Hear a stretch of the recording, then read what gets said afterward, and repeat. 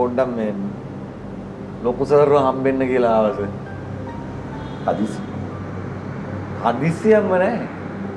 ඒ වුණාට මේ මට හිතෙනවා මේ ලොකු සර් මං ගැන මොකක් කරි වැරදි වැටහීමක ඉන්නවා කියලා මට පොඩ්ඩක් සර්ව හම්බෙන්න හිතුණා සර්.